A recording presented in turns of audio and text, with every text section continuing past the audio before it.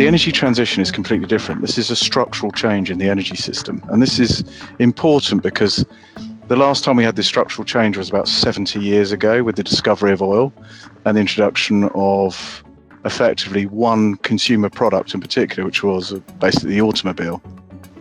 But this is different. This is government influence driven by the need to do it from a climate perspective.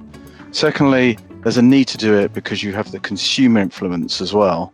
But there's a need to do it because of that climate perspective, that there needs to be a massive amount of investment to address it. But it's not just wind and solar that eventually that investment's going into. You need transmission cables, you need distribution upgrades, you need offshore cables, you need all parts of the value chain, all the way from renewable generation, all the way up to the plug socket in order to basically enable this transition. You're seeing this transition is not being impacted by COVID, and if anything, the visibility has improved substantially. During COVID, you had industrial demand shrinking whilst renewables were still operating. So renewables actually ended up becoming a much larger portion of the grid during the first quarter. So to put some numbers around that, as a result of lower demand from industrial activity and also actually very beneficial weather, it was very, very windy in Q1.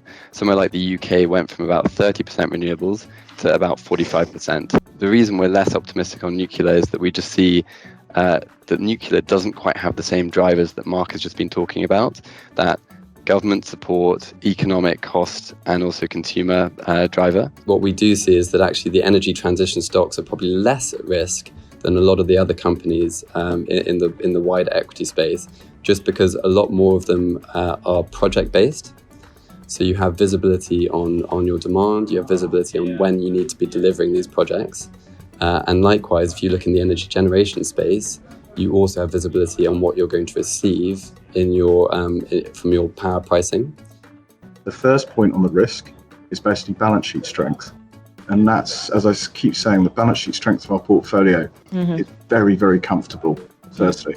The second point is in terms of risking and the sizing of the positions, it has to come back to management's track record and liquidity of the individual equity. Now, we're not a buy and sell fund. We don't buy stocks, sell stocks day to day. We're not day traders. We have a low portfolio turnover.